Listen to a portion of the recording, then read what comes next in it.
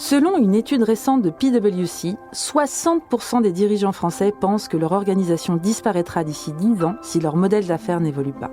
Alors, dans un contexte où 6 limites planétaires sur 9 sont déjà dépassées, où 2/3 de la planète pourrait manquer d'eau et où 40% de la population vit sous un régime autoritaire, oui, les entreprises ont un rôle à jouer et leur modèle d'affaires doit nécessairement évoluer pour avoir un véritable impact sur leurs parties prenantes.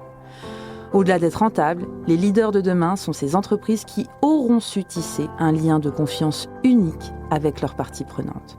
Ce lien, c'est ce qu'on appelle leur capital social. Je suis Nathalie Descoux. Dans ce podcast, je pars à la rencontre de celles et ceux qui, par vision, conviction ou tout simplement pour une question de survie, ont repensé le modèle d'affaires de leur entreprise ou leur industrie pour le rendre plus durable. Quel a été leur détonateur ? Comment ont-ils fait ?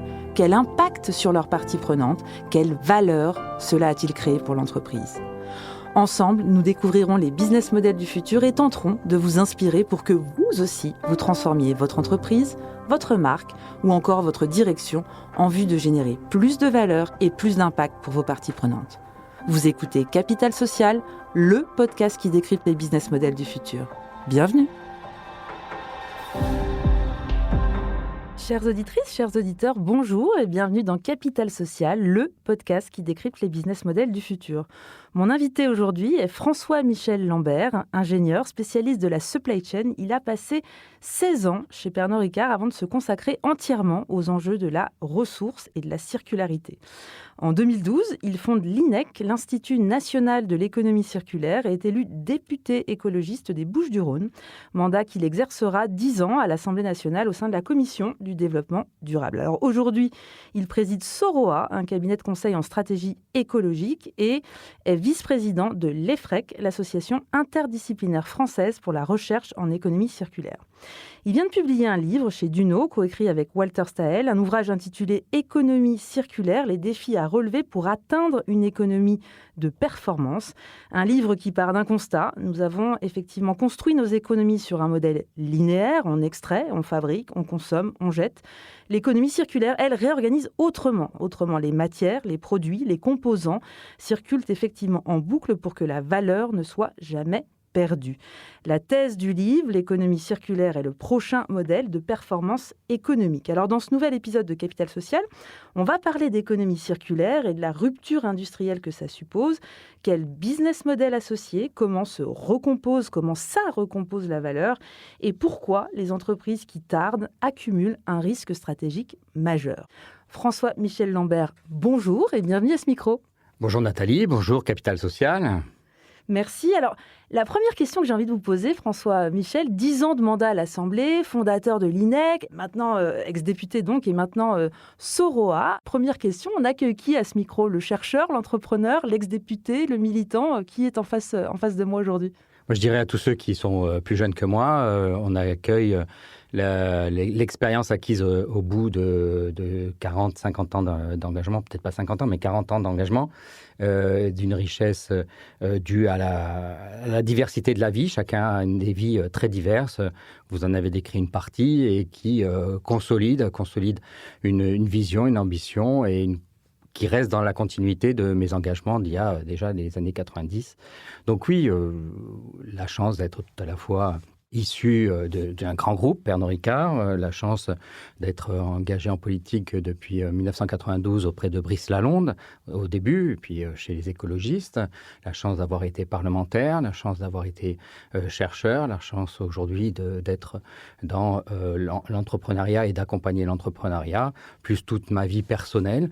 Donc, chacune et chacun, nous avons cette richesse et c'est cette richesse que vous accueillez aujourd'hui, la mienne, qui est particulière, tout comme la vôtre. Alors, est-ce que, c'est une bonne transition, est-ce que la sortie de votre mandat en 2022, du coup, maintenant, il y a plus de 4 ans, a changé ou pas votre façon justement d'agir sur ces sujets et notamment sur le sujet qui nous intéresse aujourd'hui, la circularité ? Alors, il est clair que le mandat de député est fantastique, mais on attend du député qu'il réponde à tous les sujets. C'est normal, nos concitoyens ont chacun leur problématique de l'instant et ils attendent que le député puisse apporter une réponse sur un sujet ou sur un autre où il y a l'actualité. C'est extrêmement dépendant de l'actualité qui efface tout ce que vous pouvez faire. Donc le mandat m'a permis de construire, et notamment je suis le député qui a fait émerger la dynamique de l'économie circulaire, de l'économie de la fonctionnalité, qui a dû batailler pour que ce sujet qui semblait être utopique maintenant s'installe comme un vrai axe de transformation. On le voit aussi au niveau de l'Europe. Mais j'ai été submergé, encore plus sur le deuxième mandat, par les multiples actualités, tensions, etc. Et c'est, je dirais, la responsabilité, le job de député. Aujourd'hui, j'ai ce recul de ne plus avoir à répondre à l'hyperactualité et de rester sur les sujets que je souhaite porter. Et évidemment, ce que je souhaite porter en principal, c'est l'approfondissement, l'ancrage et la vraie transformation dans ce qu'on appelle l'économie circulaire, rentrer dans une société qui offre des vraies perspectives et qui ne soit pas en permanence en souffrance à essayer de maintenir un modèle qui est comme un canard sans tête, qui continue à courir mais qui est déjà mort. On va y revenir effectivement justement sur ce modèle circulaire, mais je voudrais revenir avant ça un peu sur votre livre que vous venez de publier, Économie circulaire, on disait les défis à relever pour atteindre une économie de performance. Ce livre, vous l'avez coécrit avec Walter Staël. Alors pour nos auditeurs et nos éditrices qui ne connaissent pas forcément Walter Staël, il est ingénieur suisse, directeur fondateur de l'Institut de la durée à Genève. Faut le dire quand même, il est quand même traduit dans plus d'une quinzaine de langues, je crois. Il est auteur de plus de 500 travaux. C'est un peu le père de l'économie circulaire. Il a posé justement les bases de l'économie circulaire dès 1982 dans un ouvrage qui s'appelait The Product Life Factor, donc 40 ans avant même que le sujet envahisse les agendas. Et il dit une phrase d'ailleurs que je vais me permettre de citer, que je trouve assez intéressante. Je me permets vous devez la connaître par cœur, mais je la cite quand même. Si les producteurs conservent la propriété de leurs biens, les biens d'aujourd'hui sont les ressources de demain au prix des ressources d'hier disponibles localement. Cette phrase, elle est intéressante et du coup, ça m'amène à la question suivante. Ce livre, pourquoi l'écrire avec lui ? Qu'est-ce que, effectivement, vous avez, en coécrivant ce livre, jusqu'où vous allez et qu'est-ce que, effectivement, ça change quelque chose de l'écrire avec une sommité telle que Walter Staël sur le sujet de la circularité ? Merci beaucoup de rappeler Walter Staël et c'est plutôt à partir de son livre en langue anglaise que nous avons construit cette écriture en français avec mon expérience que lui n'a pas notamment sur la partie législative. Walter Staël, ça fait 50 ans cette année, avait remis un rapport que l'on peut dire fondateur, qui après amènera à son livre de 1982, mais un rapport en 1976 auprès de la Commission européenne sur laquelle il exprimait que nous devions changer notre modèle de hyperproduction-consommation et aller sur l'allongement de la durée de vie des produits. Et il avait notamment travaillé sur les voitures. Il avait comparé une Renault qui était plus légère mais qui n'avait qu'une durée de vie à l'époque de 9 ans et une Volvo qui était plus lourde, qui consommait plus d'acier, qui durait 14 ans. Il démontrait qu'il y avait un double gain. Le gain environnemental, parce que finalement, même si elle est plus lourde, la Volvo, l'amortissement des coûts énergétiques, on était en post-crise pétrolière, l'amortissement des coûts énergétiques à fabriquer une voiture plus lourde était bien plus important sur la Volvo parce qu'elle avait une durée de vie plus longue et donc ça permettait d'amortir peut-être un poids supérieur, mais sur un temps plus long. Et surtout, il démontrait que ça crée énormément de jobs. La Commission européenne l'a mis sous une pile et il en a fait ce livre fondateur de 1982. Et il est vraiment considéré comme le penseur. D'ailleurs, le terme économie circulaire ne lui appartient pas. Lui, il était sur des économies de boucle au pluriel. Et je trouve que c'est beaucoup plus intéressant parce que quand vous mettez économie de boucle au pluriel, vous créez un autre imaginaire que circulaire. Circulaire, c'est au singulier, et on en reparlera. Chacun y apporte une réponse unique, alors que, en vérité, il n'y a pas de réponse unique, il n'y a même pas de réponse certaine. Il y a du questionnement en permanence pour garder la performance. Et ça, c'était la vision et la force de Walter, pas tout seul d'ailleurs, avec Geneviève Redet, une Française, qui est plutôt spécialiste de la sécurité sociale et qui deviendra experte mondiale à l'ONU sur les enjeux de sécurité sociale. Ils ont coécrit ce rapport de 1976. En 1989-90, Walter Staël avec Orio Giarini ont sorti un deuxième livre, Les limites du certain, qui repose la question du modèle de la propriété, on va en reparler sûrement, et qui invite à sortir d'une société de propriété, à entrer dans une société d'achat de l'usage. C'est le seul livre avec celui que nous avons coécrit, Walter et moi, qui a été traduit en français. Donc, vous avez raison, Walter est connu dans le monde entier, intervient dans énormément de pays, il a 80 ans aujourd'hui. Il est multi-traduit. Et en France, je me suis attaché à traduire son Wikipédia, qui était en langue anglaise. Or, c'est dans le monde scientifique l'une des 2 ou 3 références. Quand vous avez un papier sur l'économie circulaire, vous devez repartir des fondateurs, comme tout papier scientifique. Et souvent, on repart de Walter dans le monde scientifique, dans le monde politique, dans le monde médiatique, dans le monde de l'entreprise, dans le monde de ceux qui parlent d'économie circulaire. Ils ne connaissent même pas Walter Staël. C'est un problème français. Et alors, bonne transition, c'est un problème français parce qu'on ne s'intéresse pas à l'économie circulaire ou qu'est-ce qui fait qu'on ne le connaît pas comme ça, en fait, selon vous J'ai toujours pas compris pourquoi l'on n'a pas intégré Walter Staël très tôt, qui est venu plusieurs fois, qui est bilingue français-anglais, français-anglais-suisse, allemand, et même trilingue, et qui n'a jamais été pris en considération. Et je pense que la France, peut-être plus que d'autres pays, c'est la France de la technologie. On peut s'enorgueillir. Internet, nous avions le Minitel, et même avant le Minitel, nous l'avions conceptualisé. Le Concorde, nous l'avions conceptualisé. Nous avons conceptualisé énormément de choses. On ne peut pas le nier, et tant mieux. Et c'est un autre chemin, une autre façon que Walter propose d'aborder les enjeux de notre modèle de développement. Peut-être que nous sommes encore trop imprégnés de solutions technosolutionnisme, et que Walter interroge plutôt sur finalement qu'est-ce qui fait société et comment on remet en cause les éléments socio-économiques fondateurs de notre société. Ce n'est pas la culture française, et on le voit encore aujourd'hui en politique. Et je vais être très critique, la loi Industrie verte est une loi technosolutionniste qui est déjà dans une impasse. Elle a été votée il y a 2 ans et elle est déjà, c'est une loi morte qui a 2 ans et elle s'appelle Industrie verte, et on est obligé de repenser une nouvelle loi 2 ans après. Preuve que notre culture du technosolutionnisme n'est pas la réponse unique, c'est une part de la réponse, mais si on la réintègre dans un tout, et ce tout, nous ne sommes pas capables de le prendre en considération. Et je vais être très dur, je suis vice-président de la Société savante des chercheurs, on est 300 chercheurs, du monde du recyclage jusqu'au nouveau mode de commerce, comment changer complètement la façon de vendre des produits, voire ne pas vendre un produit et pourtant être rémunéré à ne pas vendre un produit, le fameux dévendeur. Il y a des chercheurs qui sont là-dessus, sur les comportements, sur les nouvelles organisations des systèmes. Walter Staël est une sommité chez nous. Il n'existe pas dans ceux qui ont la parole de l'économie circulaire actuellement. Alors c'est intéressant parce que ça me permet de faire un pont sur un autre point sur lequel vous insistez souvent en fait, dans votre livre ou dans d'autres instances dans lesquelles vous intervenez. C'est le fait qu'en France, justement, on est très tourné sur la gestion des déchets quand on parle de circularité.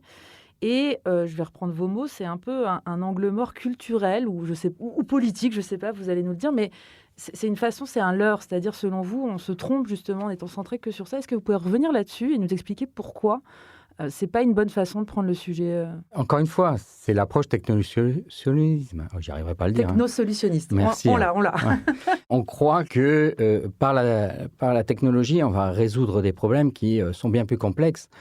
Et on structure nos politiques publiques là-dessus. Et on peut aborder les REP.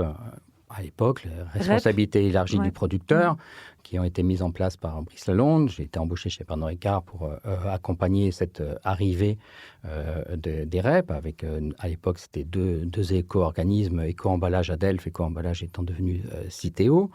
Il y avait effectivement, à l'époque, on était plus sur une question de comment on rassemble les emballages et qu'on crée une économie qui évite des déchets et qui les réoriente vers du recyclage. Mais aujourd'hui, c'est plus le sujet. On passe à 100 milliards d'emballages. Je crois que les gens, il faut qu'on ait conscience. On est 70 millions d'habitants et chaque année, on génère 100 milliards d'emballages ménagers. Et dans 50 ans, on sera à 150, 200 milliards si on garde les trains, la trajectoire. Et évidemment qu'à un moment, vous ne pouvez plus construire votre modèle sur la vision déchets. Et c'est vraiment un mal français. Et il s'est amplifié par le côté où on pense qu'on éclaire le monde. La France est le pays qui a le plus développé le système REP dans une 25 filières à peu près, dans les textiles, dans les pneus, dans les huiles, dans les déchets médicaux, etc., etc. Et dans le monde entier, tout le monde a dit « Waouh, la France, 25 filières, REP, ouais, c'est génial ce qu'il faut mettre en place. » Et donc nous, on est resté sur cette certitude. Or, aujourd'hui, il suffit de regarder par exemple ce que vient de voter le Mexique. Ils mettent en place un système REP, mais absolument pas fondé sur la gestion des déchets, mais qui re-questionne le fait générateur du déchet. C'est mais qu'est-ce que l'on met sur le marché ? Quels sont les produits qu'on met sur le marché avant même qu'on se pose la question de comment je récupère et comment je recycle. C'est absolument pas la pensée actuelle. D'ailleurs, il y a une mission parlementaire, il y a des rapports tous les 2 mois. Le système REP, pour moi, je reprends ma métaphore du canard, il continue à courir, il est mort, il ne représente absolument pas le monde d'aujourd'hui, il représente le monde d'il y a un tiers de siècle, et c'est ça qui est aussi nécessaire, c'est d'être en capacité de tout remettre en cause, et on ne veut pas en France parce que quand on va dans les instances internationales, waouh, vous avez 25 filières REP, vous êtes les meilleurs au monde sur ça. Non, on eût été, mais on ne l'est plus. Ok. Alors, puisqu'on est dans les allégories, il y a une autre allégorie que j'aime beaucoup quand vous parlez, c'est celle du lac et de la rivière. Vous utilisez cette métaphore, on va dire, pour décrire l'économie circulaire. Est-ce que vous pouvez nous en parler ? Pourquoi vous utilisez cette métaphore et racontez-la nous pour que les auditeurs et les auditrices la comprennent. Ah ouais, tout à fait. C'est celle de Walter Staël, passer d'une économie de flux à une économie de stock. Et la métaphore, on la transforme sur la vision de la rivière et du stock. Et ça revient un peu sur les REP. Ne nions pas ce qu'a pu apporter l'économie linéaire en 100 ans et nous permet d'être ici dans ce studio, d'être dans un monde de confort matériel, etc. C'est une rivière qui est venue petit à petit, un jour amener la moquette ici, puis après les différentes micros, la table, la chaise, etc., les matériels, tout ça, il nous a fallu. Donc c'était une rivière de flux. Mais aujourd'hui, comme on remplit un lac, vous faites un barrage, au début, il n'y a rien, il y a une flaque d'eau au fond. Et la rivière, elle vient faire monter les eaux de ce barrage. Et nous sommes arrivés à l'étiage du barrage, et c'est ce stock. Il faut arrêter la rivière, sinon ça va déborder, et passer à gérer ce lac. Et c'est une toute autre logique. Vous n'avez pas les mêmes modèles économiques quand vous êtes au bord d'une rivière. Vous trouvez à créer de la performance, vous mesurez la performance par le flux qui passe, le fameux PIB. Le PIB ne fait que mesurer un flux qui passe. Vous pouvez polluer... La rivière emmènera loin cette pollution, ça sera le temps de 15 jours de médias, et puis hop, le sujet passera à la suite. Quand vous êtes sur un lac, vous créez beaucoup plus de coopératives. C'est tous ceux qui sont autour du lac ont la responsabilité de la prévenance, de faire attention à l'eau du lac et de chercher à créer plus de valeur. Je prends souvent comme diapositive l'étang de Thau à Sète, à Metz, où au début, c'était un lac de pêcheurs, c'est devenu un lac de conchiliculteurs, moules et huîtres, puis un lac de loisirs, puis maintenant c'est un lac pour récupérer de l'énergie et alimenter les autour, sans qu'on ait rajouté un litre d'eau. Je simule, évidemment. Et c'est exactement ce que nous devons faire. Et c'est la rupture mentale. Et c'est ça, l'économie circulaire dont on parle avec Walter. C'est pas ajuster des déchets, voire repenser la conception des produits. C'est basculer sur la gestion de ce qui est déjà là. Est-ce que, j'anticipe un peu, mais est-ce que c'est pas une nouvelle voie européenne qu'il faudrait trouver justement et qu'on a du mal à trouver ? Cette fameuse, certains parlent de troisième voie. Est-ce que l'économie circulaire est la troisième voie européenne ? Et est-ce qu'on en est loin finalement ? Quand je vous entends, on a l'air d'être loin de tout ça. Nous y serons par force. Ça fait plus de 10 ans, 13 ans maintenant que je fait des interventions et pas besoin d'aller chercher bien loin. Quelle est la force de l'Europe ? La force de l'Europe, c'est son histoire ancienne, mais son histoire ancienne, c'est surtout qu'elle a eu plusieurs empires. Je ne vais pas tous les citer, la France, l'Allemagne, l'Empire du Royaume-Uni, des Pays-Bas, du Portugal, de l'Espagne, de l'Italie. Quasiment tous les pays, la Belgique, ont eu les Danois. Tout le monde a eu son empire qui allait prendre des ressources dans les autres continents. Soit il n'y avait personne, soit on supprimait ceux qui étaient sur place et on leur volait et on ramenait ces ressources. Mais fondamentalement, c'est un quart du PIB mondial et qui dispose de peu de ressources, donc qui a vécu de rivières. On avait toutes ces rivières qui sont venues alimenter notre lac. Ces rivières, elles se tarissent petit à petit. On voit plein de rapports. La Chine, 92% du stock de cuivre mondial est en Chine. Les terres rares, on dépend du Congo, etc., des États-Unis, de la Russie. On dépend de tout le monde. Mais à l'époque, on était puissant et empire. On n'en dépendait pas. On allait prendre ça. Donc ces rivières sont en train de se tarir. On regarde et on a un lac extraordinaire puisque c'est un demi-millénaire, 500 ans d'empire nous ont amené un stock fantastique de produits manufacturés, soit réalisés ici, soit importés plus récemment, ou de matières premières qui sont là. Prenons juste un exemple. Le stock de cuivre du réseau téléphonique historique d'Orange, c'est 1 million de tonnes. 1 million de tonnes, c'est plus que tout le cuivre dispersé dans notre sol. Si tant est qu'on était capable de ratisser le moindre microgramme de cuivre sur l'hexagone français, c'est 700 000 tonnes. Donc on a en l'air du cuivre qui n'est pas issu de nos propres mines, qui est issu des mines d'autres continents, qui est là, supérieur à ce que nous avons dans notre sol. Ça représente 3 ans de besoin de cuivre et ça représente des années de besoin de cuivre stratégique, qui n'est pas tout à fait le même. Le cuivre générique et le cuivre vraiment stratégique pour l'armement, la mobilité et d'autres points importants. Si on continue à dire « je vais aller au Chili, nouer des accords avec tel pays, etc. » pour aller chercher du cuivre vierge dans des mines, on se met encore une fois en fragilité. Et c'est ce que disent tous les rapports. Et à aucun moment, il y a un rapport qui dit « mais depuis 500 ans, et je pourrais même dire depuis les Romains, on a accumulé du cuivre dans tant et tant d'objets. Ces objets, est-ce que le cuivre qu'ils utilisent, il ne serait pas mieux à le réallouer ailleurs ?» D'ailleurs, c'est ce que fait Orange. Orange démantèle tout son réseau de cuivre. D'ici 2030, 1 million de tonnes de cuivre sera au sol et ne sera plus aérien chez Orange, et ça devient une masse, un stock stratégique majeur dont la France est propriétaire. Et ça, vous n'avez pas de stratégie là-dessus. Et c'est ça que l'on doit changer. On ne doit plus penser rivière, on ne doit plus penser flux, on doit penser stock, on doit changer notre regard sur, finalement, qu'est-ce qui fait notre richesse. C'est intéressant parce que sur Orange, il y avait, il y a quelques mois, Christopher Guérin, qui est l'ancien CEO de Nexans, qui était à votre place à ce micro. Il citait exactement ce même exemple, effectivement, du démantèlement du réseau d'Orange. Mais qu'est-ce qu'on en fait ? On le revend ou on le repartage ? C'est-à-dire que cette richesse, si on la revendait, c'est une richesse française ou c'est Orange qui la réutilise dans une logique circulaire ? Votre point de vue sur ça, c'est quoi ? Mon point de vue en tant qu'ancien législateur et politique, c'est stratégique. Quand c'est stratégique, l'État doit mettre la main dessus. C'est régalien. Et régalien, l'État est le principal actionnaire d'Orange et doit faire en sorte que Orange ne puisse pas vendre ce cuivre. Il y a une solution qui ouvre sur les travaux de Walter Staël, qui est quand même le père fondateur de la pensée de l'économie de fonctionnalité.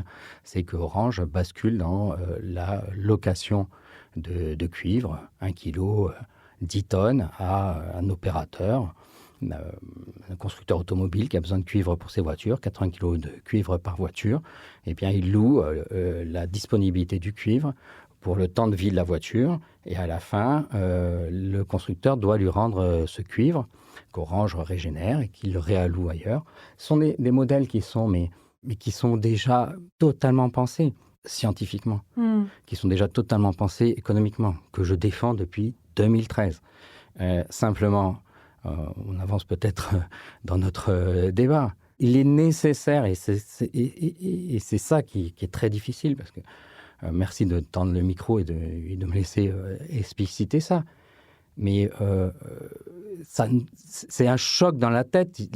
Ceux qui sont en face ne peuvent pas le concevoir parce que, je ne sais pas, on croit que tout est figé dans cette société, que l'on ne peut pas rentrer dans un autre espace, under the box. On ne sait pas imaginer une société totalement différente, quoi. Ouais. Totalement différente, sur lequel on ne vend plus le cuivre, on vend l'usage, et on reste, la France, en régalien, comme vous avez dit, propriétaire de son cuivre, qui lui assure, si nous passons le cuivre d'Orange, 1 million de tonnes, en économie de fonctionnalité sous contrôle de l'État, la France, au moins sur cette matière, qui est la matière la plus stratégique. Vous pouvez me parler de toutes les autres, la plus stratégique de toutes les matières. La plus stratégique de toutes les matières, c'est le cuivre. Il n'y en a pas une au-dessus. Eh bien, la France, elle a, du temps qu'elle existe, son assurance vie, au moins sur ça. Et c'est là, à portée de main. Et sauf que vous dites ça à des politiques, vous dites ça à des journalistes, vous dites ça à différentes personnes, et disent « Ah ben non, c'est pas possible ». Alors là, c'est ce que je ne comprends pas, c'est que on apporte, c'est pas moi, d'autres apportent une réponse de solidité, de souveraineté, de résilience et de perspective à très long terme et de performance économique au passage. Pourquoi vous voulez d'entrée dire que c'est pas possible ? Comme disait Gramsci, la bataille est culturelle. Exactement, exactement.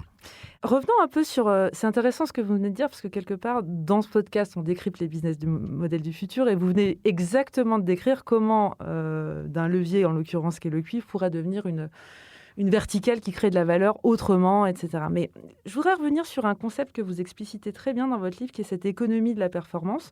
Comme vous parlez aussi d'économie de la prévenance. C'est intéressant, vous en avez parlé un peu quand vous avez fait cette métaphore du lac et des rivières. C'est quoi pour vous l'économie de la performance ? Comment vous la décrivez et comment vous la comparez à ce que d'autres appellent l'économie durable ou régénérative, qui sont des termes un peu galvaudés maintenant. Mais comment vous, dans votre jargon, vous définissez cette performance ? Pourquoi l'économie circulaire est une économie de la performance ? Alors, pardon Nathalie, c'est une économie de performance. On est très attaché à la sémantique et pas de la performance, mais qui crée une dynamique performante. Donc on dit bien économie de performance. Encore une fois, amener à placer la performance sur des objectifs comme étant structurants. Je reviens sur un point très important. On reparlera de l'économie circulaire. Il n'y a pas de business model d'économie circulaire. Il y a des ajustements, je vais réparer, je vais recycler, je vais reconditionner, tout ça. Ce n'est pas des business models de rupture.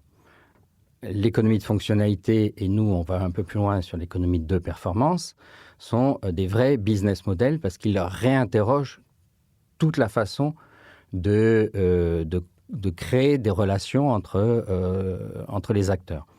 Et l'intérêt de l'économie de performance, c'est qu'on se repositionne finalement sur ce qui nous est important. Parfois, ce qui peut être important, c'est d'avoir la propriété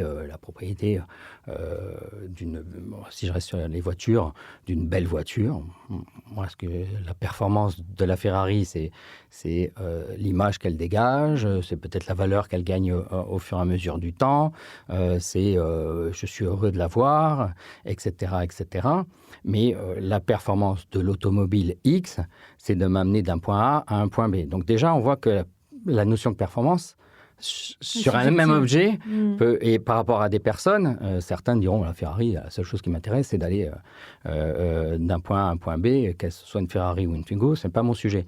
Et d'autres auront un regard différent. Donc revenons sur la performance, elle recrée un lien total entre celui qui va chercher cette performance, l'usager, et celui qui va l'offrir. Et on cherchera à travers le temps à répondre à cette performance en revoyant complètement, on le montre dans le livre, la notion de qualité, la notion finalement aussi de responsabilité, c'est-à-dire qu'on ne vend plus l'objet, on vend un service et ce service nous oblige à prendre la responsabilité de l'objet tout au long de sa vie, de sa fin de vie.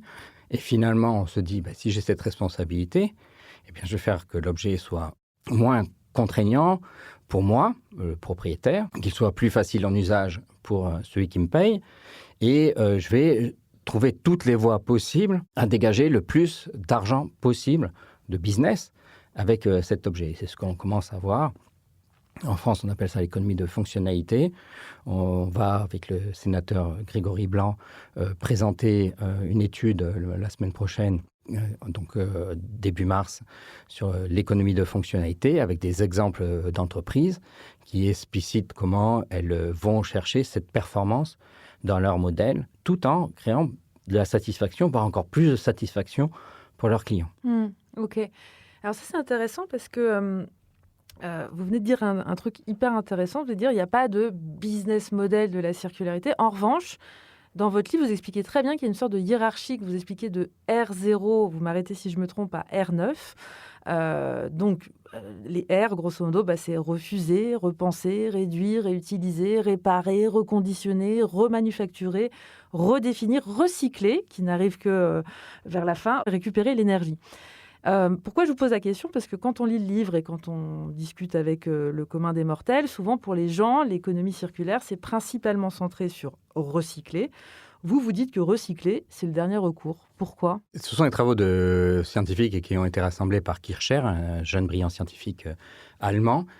Donc on appelle ça la hiérarchie de Kircher, qui est reprise dans la norme ISO 59004, une norme internationale qui a été co-rédigée par la France et le Brésil, et surtout par la France. Donc le vocabulaire, je vais revenir à votre question, mais le vocabulaire normé au niveau international de l'économie circulaire a été rédigé par la France. La hiérarchie vient prendre ce que les scientifiques ont porté, et je vais en parler, les fameux R0 et R9, les 10 niveaux. Mais déjà, comment se fait-il que ce soit la France qui a écrit le vocabulaire, qui a défini la hiérarchie de la norme internationale et qu'on le retrouve quasiment jamais. Alors, évidemment, il y a beaucoup de conseils en économie circulaire qui le connaissent, des femmes, des hommes dans des cabinets connaissent ça, mais dès que vous sortez de ce petit pôle d'experts et du pôle d'experts de scientifiques, voilà. Ça n'intéresse pas. Encore une fois, je vais être très dur, je connais bien les journalistes, c'est une fainéantise mentale, c'est terrible. Oui, circulaire, recyclé, ça veut dire la même chose. Non, en plus, c'est nous qui devrions être fiers, quoi. Je veux dire. Y a et donc, tout s'enchaîne derrière. Et donc, je suis extrêmement critique. Il se que je n'ai pas le temps, mais si certains veulent me rejoindre et le faire, ou que je les aide à le faire, d'aller voir les journalistes et de leur expliquer que c'est la France, qu'il y a une hiérarchie, etc. Et que recycler, ça veut dire recycler, que c'est 9e sur 10, et qu'il y a 1000 autres choses, non, il y en a 8 autres avant. Je suis partant, je fais un appel au micro. Maintenant, la hiérarchie. La hiérarchie, elle se constitue de 10 niveaux, mais qui sont en 3 blocs. Et c'est ça qu'il faut comprendre. Il y a le bloc autour de l'usage, je vais y revenir, le bloc autour de l'objet et le bloc autour de la matière première. Le bloc autour de l'usage re-questionne notre rapport à l'objet. Une voiture qui est immobilisée 80% du temps et qui circule avec une seule personne à bord, avant même de penser à la réparer, avant même de penser à allonger sa durée de vie, pensons à la faire rouler plus et pensons à mettre plus de personnes à bord. Donc ça, c'est ou à ne pas l'utiliser. Donc si je prends le R0, le refuser, je ne prends pas la voiture et j'y vais à pied. Ou le R1, j'y vais en transport en commun. Le R2, j'y vais en covoiturage. On est sur l'usage. Le deuxième bloc, c'est, mon objet, j'en ai plus besoin, je le réemploie, donc je vends ma voiture d'occasion. Mon objet, il fait du bruit, la roue est de travers, je le répare. C'est un peu plus grave. Je fais un reconditionnement total, ce que fait l'usine de Renault-Flin. On en reparlera. Et c'est éventuellement, si la voiture elle est vraiment au bout du rouleau, il reste encore les composants, le moteur, le rétroviseur, etc., que je récupère et que je vais remettre sur une autre. Donc ça, c'est le deuxième bloc. Vous regarderez sur Internet, vous trouverez tout ceci. Et le troisième bloc, quand on est au bout du bout, même le moteur, il est mort, même le rétroviseur, il est mort, etc., je vais aller récupérer la matière que je vais réinjecter. Et on voit bien que le recyclage arrive donc au bout du bout. Et donc, dès que quelqu'un me dit économie circulaire, recyclage, j'arrête la conversation parce que je n'ai pas le temps à lui demander de comprendre que c'est bien plus que cela et que c'est une transformation profonde, qu'il faut passer de rivière à lac.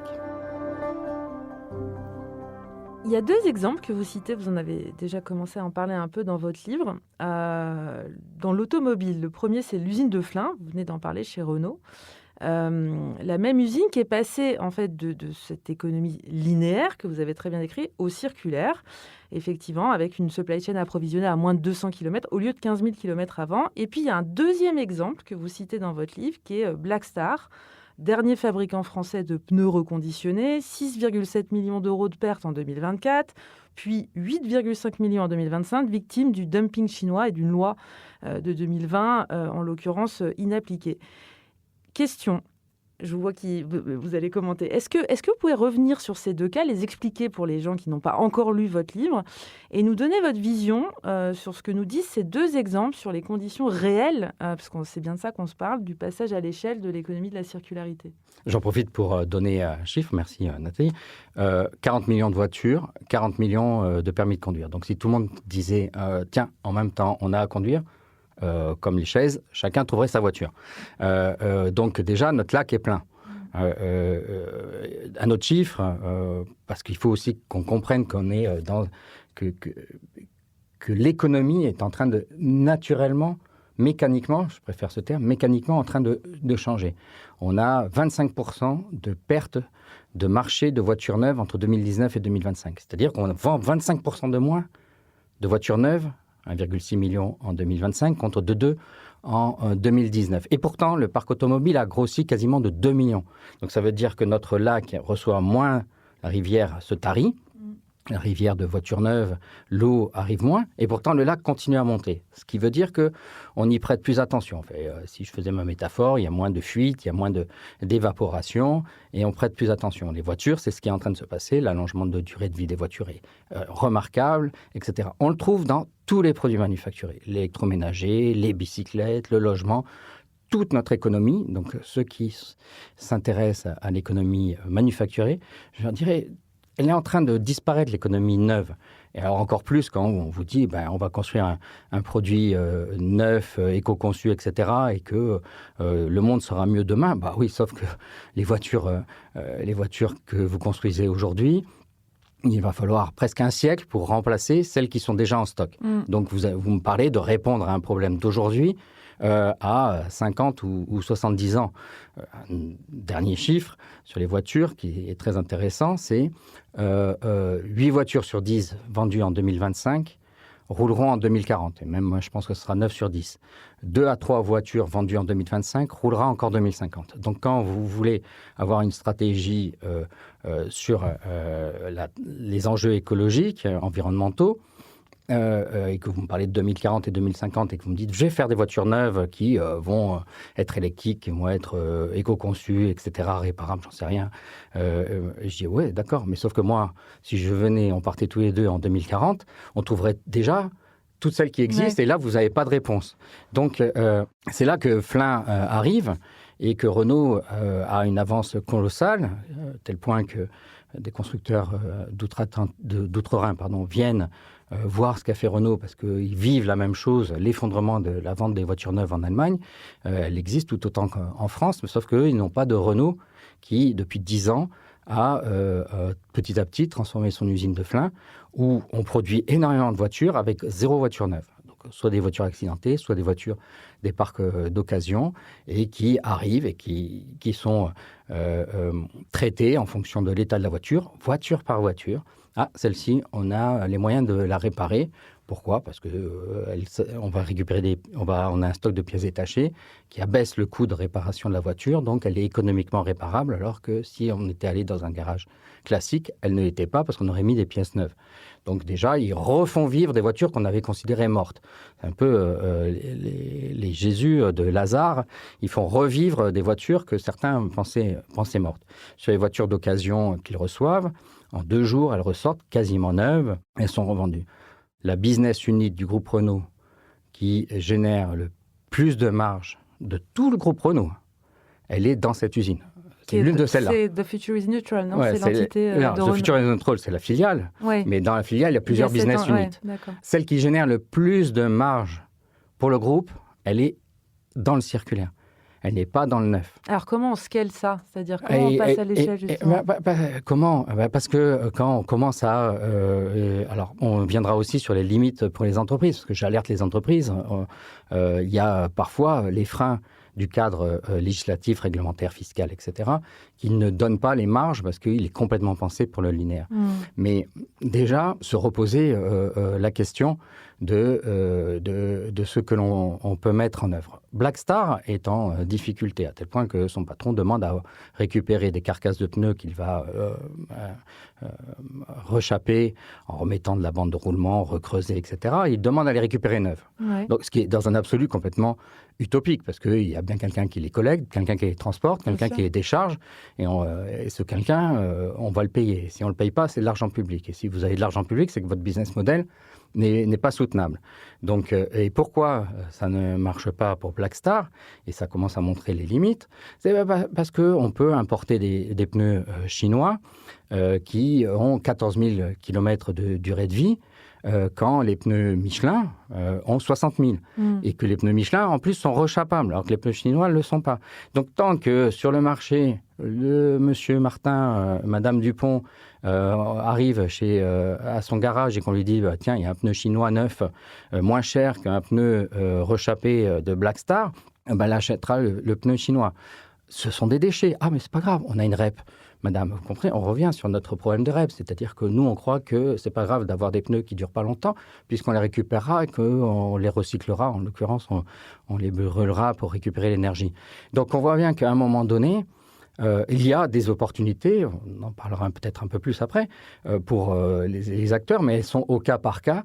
Et pour moi, Blackstar n'est pas viable tant que Blackstar n'obtiendra pas, non pas des subsides de l'État, alors il peut les obtenir le temps que les choses changent, mais quand on aura des parlementaires, et j'avais fait cette proposition, qui limiteront l'importation et la mise sur le marché de pneumatiques à bas prix et à très mauvaise performance, 14 000 km pour 60 000, vous voyez bien la différence, eh bien Blackstar ne trouvera pas son marché. Si demain, on oblige par exemple à tenir au moins 20 000 km pour les pneus, vous en sortez les pas chers. Si on oblige à seuls des pneus rechapables sont autorisés sur le marché français, d'un seul coup, Blackstar, tous les pneus en fin de vie deviennent des opportunités. Et vous voyez bien que cette relation, elle est possible dans un groupe comme Renault qui maîtrise tout l'écosystème.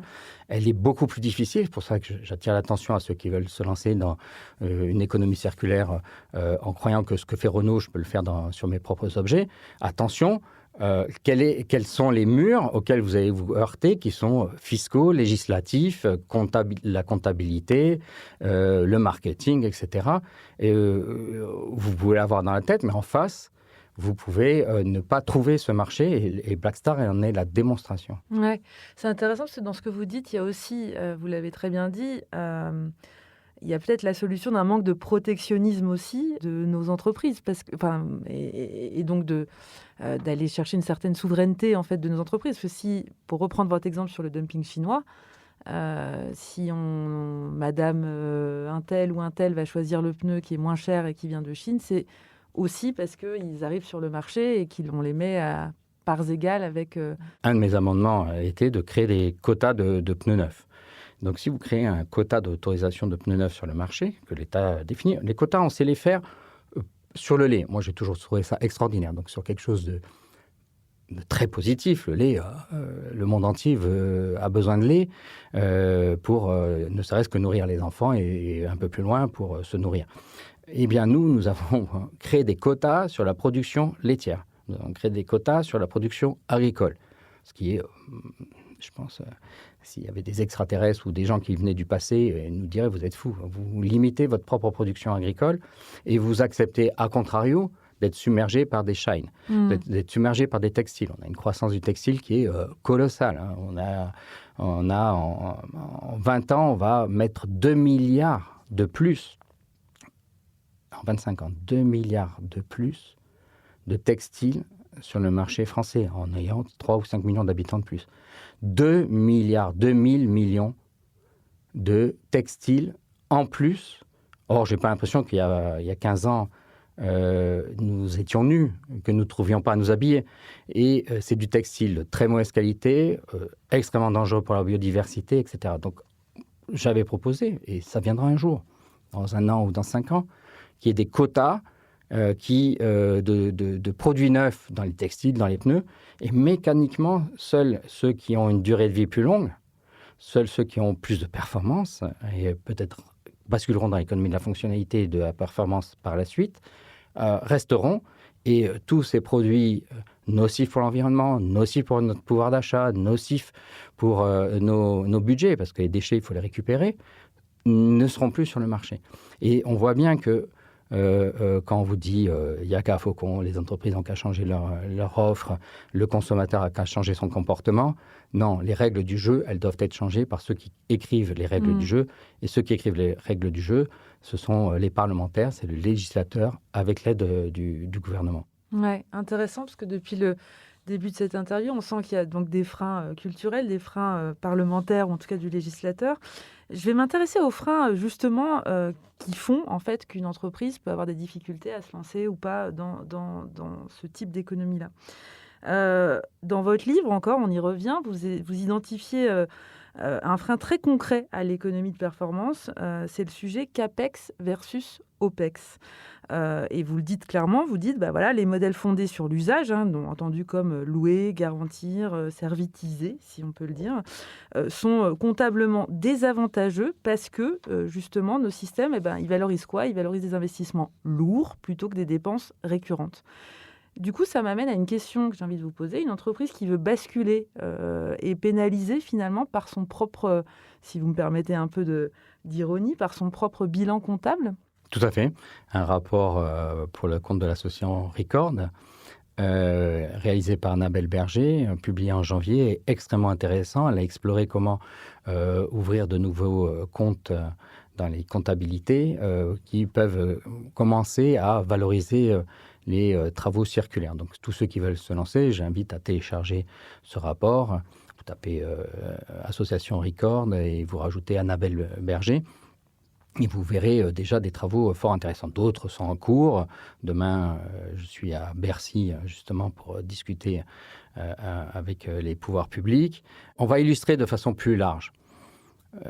Savez-vous, l'indicateur est l'élément clé dans nos sociétés modernes. Or, aujourd'hui, l'indicateur des indicateurs, c'est le PIB. Mais qu'est-ce que compte le PIB ? Il compte les flux. Il compte que ça. Et donc, quand vous êtes dans du circulaire, quand vous êtes dans la prévenance, quand vous faites en sorte que votre objet, il dure le plus longtemps possible et il rende un service, etc., à votre client, que vous pensez le récupérer dans 20 ans, il n'y a pas de mouvement. Ouais. Pas de mouvement, pas de PIB. Pas de PIB, sanction. Vous ne servez pas l'intérêt du territoire, vous ne servez pas l'intérêt de la nation, et votre comptabilité, qui est structurée autour de ça, elle ne l'intègre pas. C'est notamment OPEX, CAPEX, qui est dans un autre périmètre, mais on pourrait le dérouler, mais je préfère qu'on aille voir le livre. Moi, je reviens sur un seul exemple. Vous avez une fête dans un village, de famille ou autre, vous avez 50 personnes, 50 chaises, 10 tables. Et à la fin, chacun bénévolement va ranger les chaises et nettoyer la salle. En PIB, 0. En Circularity Gap Report, qui est l'indicateur complètement faussé sur lequel s'appuient certains pour parler de circularité alors qu'il ne veut rien dire, 0. vous n'avez pas abîmé une chaise, vous n'avez pas fait appel à une société de service, vous avez fait que du bénévolat, vous avez en plus créé un moment, parce qu'ensemble, tiens, tu m'aides, attends, c'est un peu trop lourd pour toi, je vais t'aider, portons à deux. Vous ne connaissez pas Polo, vous discutez de Polo, mais tu habites à côté de chez moi, hop, hop. Il y a ce moment-là. Tout ça, c'est zéro PIB, zéro Circularity Gap Report. Une société de collecte, de tri est appelée. Il y a un salarié qui vient, il fait venir un camion, une benne, ils sont 3 à charger. Il charge toutes les chaises, toutes les tables, il les envoie dans un centre de tri, il sépare le métal du plastique et du bois, ils font du recyclage, donc de l'économie circulaire, super. Et là, vous avez du PIB, beaucoup de PIB, et en plus, vous avez le Circularity Gap Report qui dit « Ah ouais, oui, ils ont recyclé, et donc ils ont fait l'économie circulaire ». Nos indicateurs actuellement sont des catastrophes pour pouvoir transformer. Alors, est-ce que c'est à l'échelle d'une entreprise ? Évidemment non. Est-ce que l'entreprise peut avancer ? Une fois qu'elle a compris ça, et je pense que là, elle l'aura saisi, elle trouvera ses marges de manœuvre, mais elle comprendra aussi les limites dans lesquelles elle peut s'engager. Moi, je ne veux pas qu'une entreprise, elle mute complètement son modèle et qu'elle se casse la gueule parce que justement, tout le système n'est pas fondé à reconnaître des performances circulaires. Et j'en finirai sur un point, si certains veulent aller encore plus loin. Il y a des travaux au Sénat, notamment un rapport de novembre, sur les nouvelles valeurs économiques à l'horizon 2050, donc c'est plus proche que l'an 2000, 2050, qui disent que nous ne pouvons plus vivre avec un PIB, qu'il faut le réajuster, notamment en tenant compte de ces changements de ce qu'est la valeur. Parce que c'est une valeur formidable, finalement, qu'en bénévole, à la fin, on range tous nos tables et nos chaises et que l'on ait un dialogue. Et comment on la mesure, comment on en crée de la valeur reconnue, etc. Je ne sais pas dire comment on le fait. C'était ça ma question. C'est quoi l'indicateur, du coup? Ce serait quoi? Oui, je ne sais pas. Simplement, je connais l'impasse. Ce n'est pas parce que vous connaissez l'impasse que vous connaissez le chemin de sortie. Mais vous savez que vous ne devez pas rester dans cette impasse et que vous devez trouver un autre chemin. Comme quand dans un labyrinthe, vous êtes arrivé au bout, vous dites ce n'est pas par là que ça va passer, vous reculez et vous demandez par où vous allez. Et c'est là où les chercheurs sont extrêmement importants. C'est pour ça que je prône aussi parce qu'on a un grand programme, on a actuellement un grand programme d'État de 40 millions d'euros pour améliorer les performances de recyclage. Encore une fois, technosolutionnisme. L'État met beaucoup d'argent auprès des chercheurs. Les chercheurs, il y a des centaines de chercheurs qui sont intégrés dans ce programme, qui avancent, qui trouvent des solutions pour mieux recycler telle et telle matière.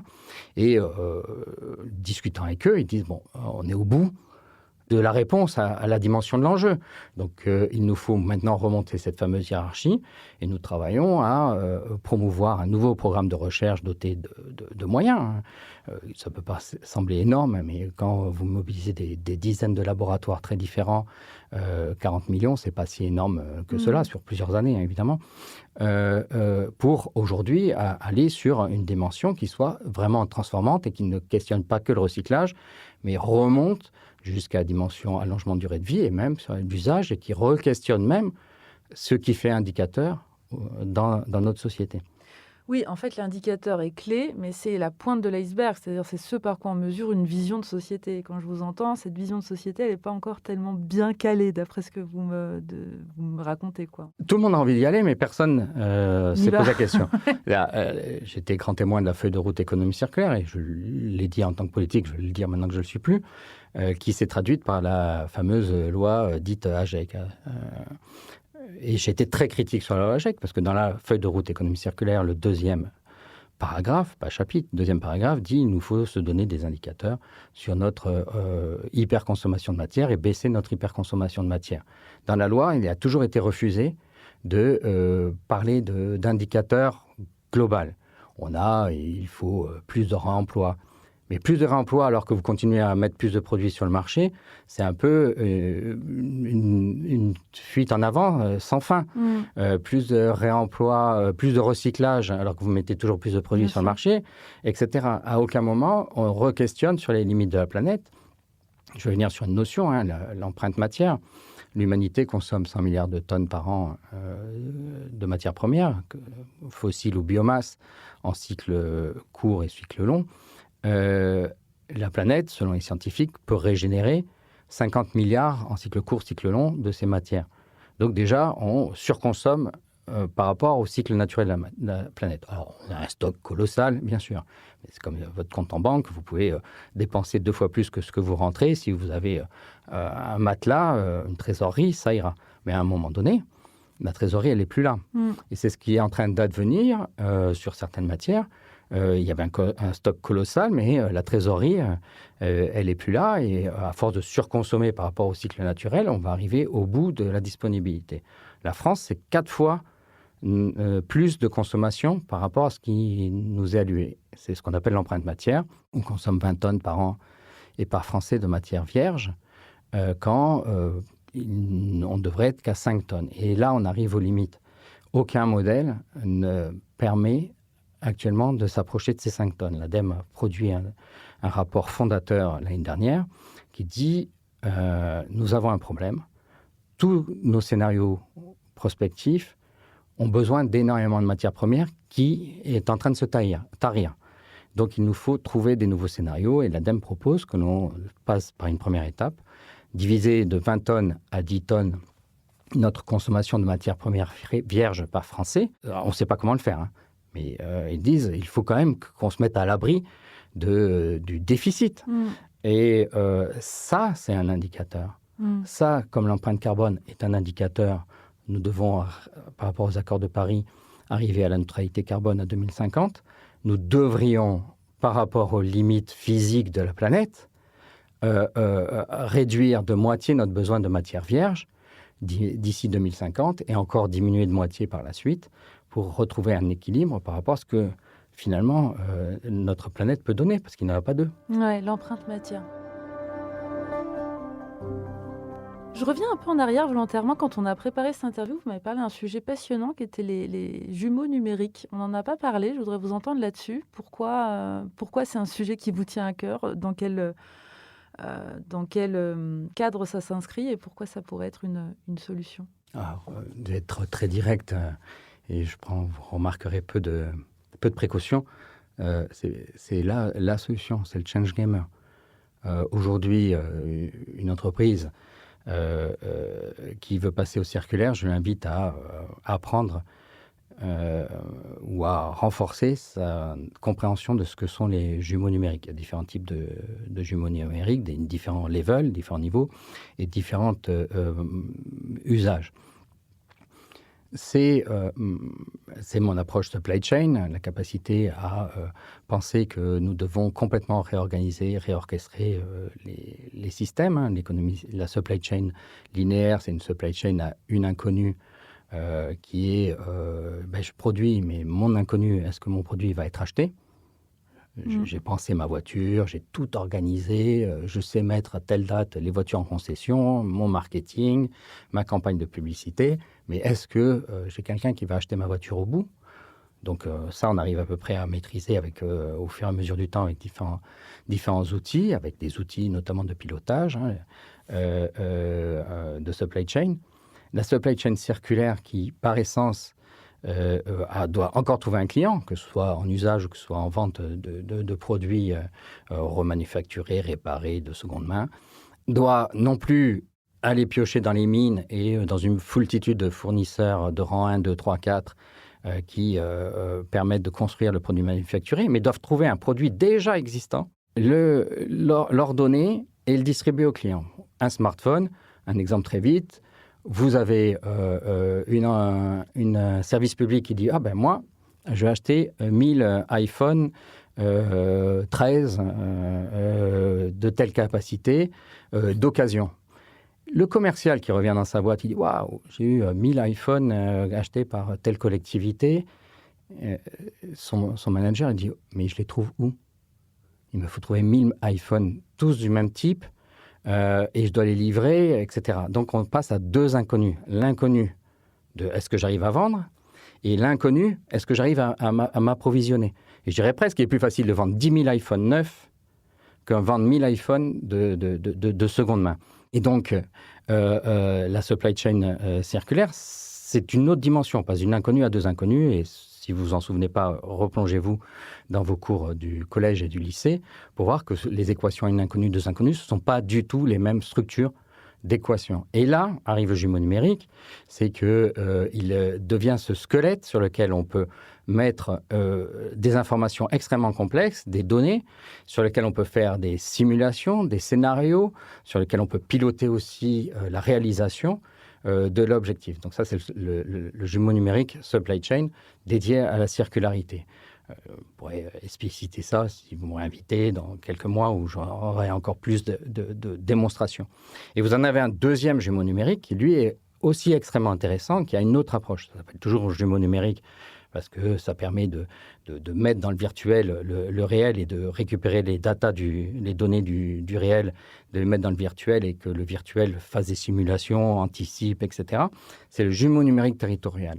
À la dimension d'un territoire, qui peut être un quartier ou qui peut être la France, et on est en train de réfléchir au niveau français, avec des chercheurs, avec les soutiens des pouvoirs publics, un jumeau numérique territorial, lui, scanne le lac. C'est un peu...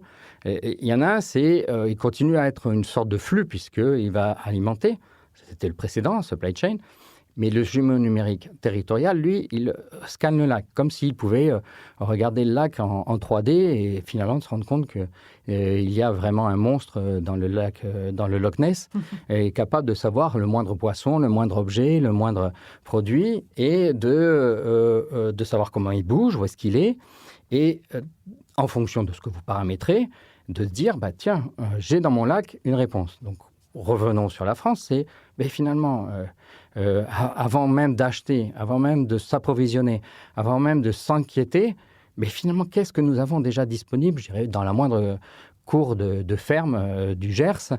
Et c'est ça, le jumeau numérique territorial, c'est qui vous permet, un, de savoir quel est votre stock, et deux, de donner des clés de réallocation de ce qui est déjà disponible, soit directement, soit de le remanufacturer, de récupérer du cuivre et de le fondre et de le retravailler pour faire un objet plus intéressant. Et c'est ça, le Change Gamer, qui est là, disponible, et avec l'IA et avec le quantique dans 3-4 ans, on sera dans un autre monde. Aujourd'hui, la France n'est pas en retard dans les laboratoires. Elle est totalement en retard dans le champ politique, dans le champ médiatique, je ne vous en parle même pas. Je n'ai même pas le temps de parler du jumeau numérique. Ils me diront que c'est trop compliqué et qu'ils ne me donneront même pas une seconde d'antenne. Merci. Venez sur Capital Social. Merci Capital Social. Et c'est une chance pour finalement, parce que moi, j'ai 60 ans cette année et je ne peux pas me résoudre pour mes enfants, et j'ai même la chance d'être grand-père, de me dire qu'il n'existe pas d'avenir pour eux. Il en existe un.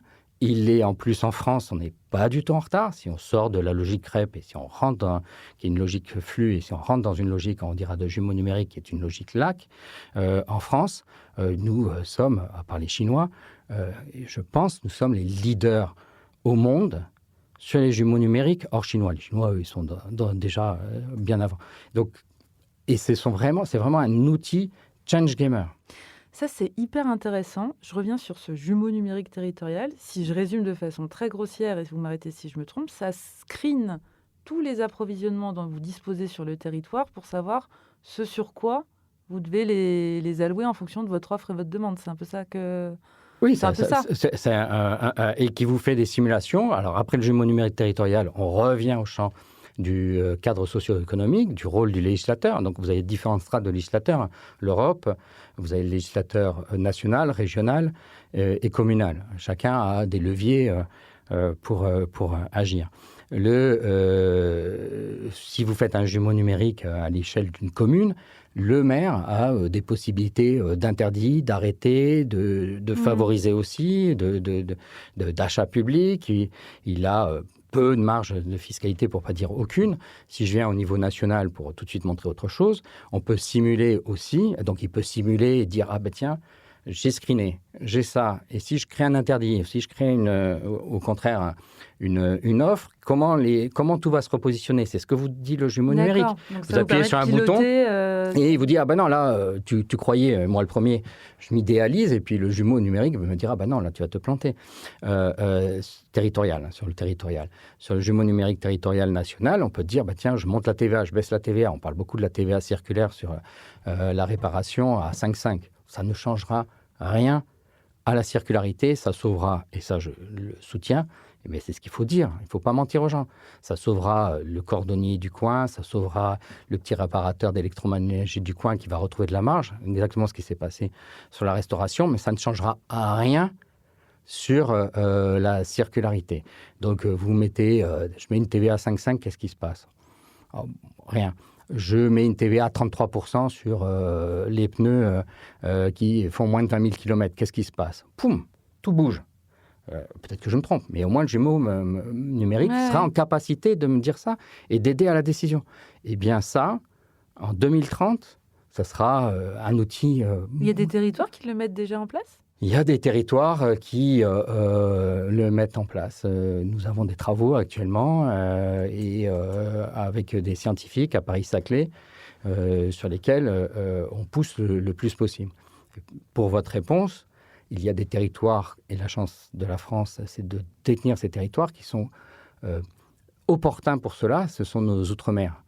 Vous avez une insularité, donc vous maîtrisez beaucoup mieux l'entrée-sortie. Vous avez des marges de manœuvre fiscales, réglementaires différentes du commun continental, l'octroi de mer, des interdits pour la protection de l'environnement, etc. Vous avez des subventions aussi. Vous fléchez votre subvention. Le jumeau numérique, vous dites « je flèche là-dessus », il vous dit « calme-plat, ça n'a rien changé », ou « et je flèche là, ah oui, ça change ce que je veux », et ça vous aide à louer. Donc, il nous faut, sur une île, et je n'en citerai pas une particulièrement, parce qu'il n'y en a aucune qui a encore pris le leadership là-dessus, mais nous avons la chance de pouvoir tester à l'échelle d'un territoire et de façon assez maîtrisée sur ces îles que nous avons en Outre-mer, ces jumeaux numériques. Et je peux vous dire que ça changera tout. Mais tout ceci est théorisé depuis des années. L'outil n'était pas encore pleinement opérationnel. Il l'est aujourd'hui. Ouais. Le jumeau numérique, le game changer. Il y a deux jumeaux numériques. Attention, celui pour l'entreprise sur la supply chain, qui lui permet d'arbitrer en permanence. Renault, qui reçoit une voiture avec ses jumeaux numériques, pourrait d'abord avoir l'information avant que la voiture soit sur son site au moment où elle est récupérée, là où elle est récupérée, et à arbitrer, simuler par rapport au marché, changer d'avis parce qu'à un moment donné, il y a une information qui rentre et qui lui dit « Ah tiens, d'un seul coup, on cherche plus de voitures blanches ou de voitures bleues. Ah, j'ai des voitures blanches qui arrivent, je pensais la démanteler, donc je vais mettre un peu plus d'argent pour finalement non pas la démanteler, mais pour la refaire rouler, la rendre, parce que je sais que j'ai des clients, etc. Quand je suis allé la dernière fois, c'était une semaine après l'épisode de neige, donc ils se régalaient parce qu'ils allaient recevoir beaucoup de voitures neuves qui avaient eu des accidents et qui étaient hors d'usage, et donc des pièces neuves, de voitures qui avaient 5 ou 10 000 km après les accidents dus à la neige. On a un jumeau numérique, on anticipe tout ceci, on crée encore plus de performance. Ça, c'est le jumeau numérique supply chain. Le jumeau numérique pour les entreprises, le jumeau numérique pour les pilotes politiques, c'est le jumeau numérique territorial. Ok, super. Parfait, cette interview touche à sa fin. Je vous propose de passer à ce qu'on appelle la séquence flash. On termine vite et sans filet. 2 petites phrases maximum par question. Première question pour vous.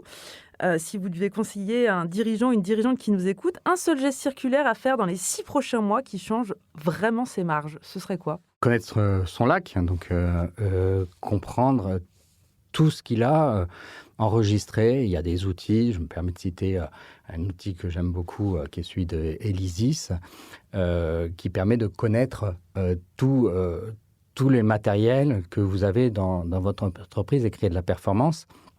Vous pouvez c'est connaître son lac, son stock. Connaître son lac. Et à partir de là, et donner un objectif propre à l'entreprise. Donc, je ne peux pas répondre de façon générique au-delà de ça, mais très souvent, on ne sait absolument pas ce dont on dispose et quelle est la performance allouée à chaque objet, chaque matériau dont on dispose dans son propre périmètre. Connaître son lac. Deuxième question, le secteur européen qui, selon vous, est le plus avancé sur la circularité aujourd'hui, et puis en négatif, on va dire celui qui est le plus en retard peut-être, ce serait quel secteur ?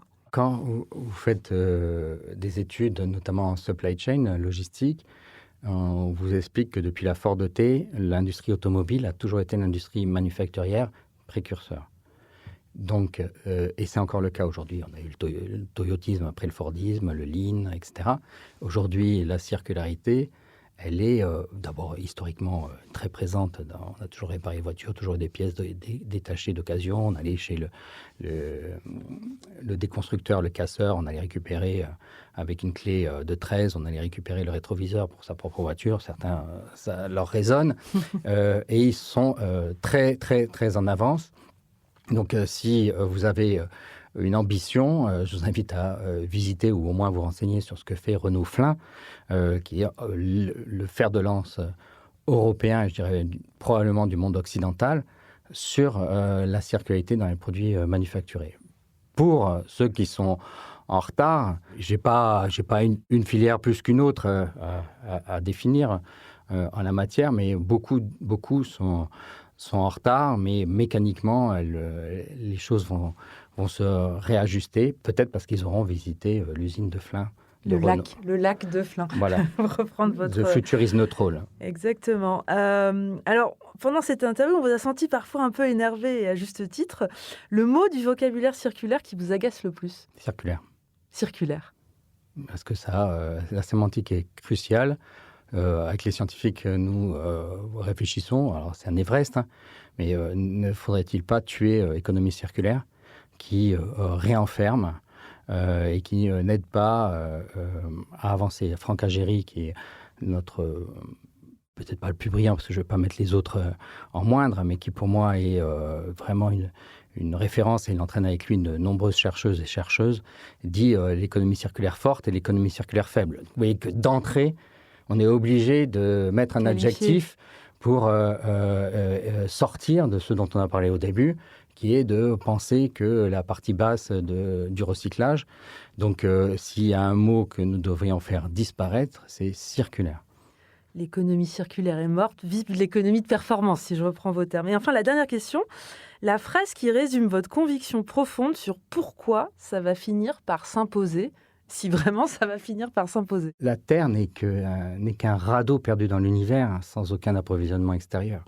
Elle a ses limites, nous touchons aux limites, et j'espère que ça se passera sans guerre, mais par territoire aussi, et l'Europe en premier, on en a parlé du pourquoi, du comment. La Terre n'est qu'un radeau perdu dans l'univers, et elle nous ramènera à ses réalités et ses propres limites, et nous amènera à repenser complètement notre relation. Vous pouvez être un Américain hyper consommateur, sans limite, sur le sol des États-Unis. On vous met dans une capsule, vous devenez astronaute. Vous n'avez pas la même consommation.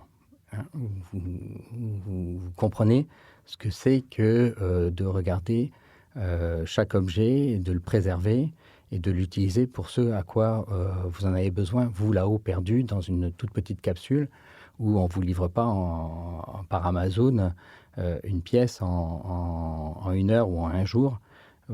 Eh bien, nous sommes un peu comme ces astronautes dans une planète qui n'est rien à la dimension de l'univers et qui n'aura pas d'approvisionnement extérieur, et ça encore pour de très très nombreuses années. La culture de la prévenance, un peu ce que vous décrivez bien dans le livre. Eh ben, merci beaucoup. Merci François Michel. Ce que je retiens cette allégorie du lac et des rivières. Je pense qu'on va rester là-dessus. On a parlé effectivement de tout ça et de l'importance de réellement réorganiser de façon complète la façon dont la valeur est créée, capturée, conservée. Et puis cette fenêtre dont on a parlé pour se positionner qui, malgré tout, se referme petit à petit. Je vous invite grandement, vous qui nous écoutez, à lire le livre qui s'appelle « Économie circulaire, les défis à relever pour atteindre une économie de performance », coécrit avec Walter Staël, paru aux éditions Duno. Quant à nous, je remercie toute l'équipe technique de One2One2 qui rend ce podcast possible. Et chers auditeurs, chères auditrices, je vous donne rendez-vous d'ici quelques semaines pour le prochain épisode de Capital Social, le podcast qui décrypte les business models du futur. Merci beaucoup. Merci Nathalie, merci Capital Social et à toute l'équipe.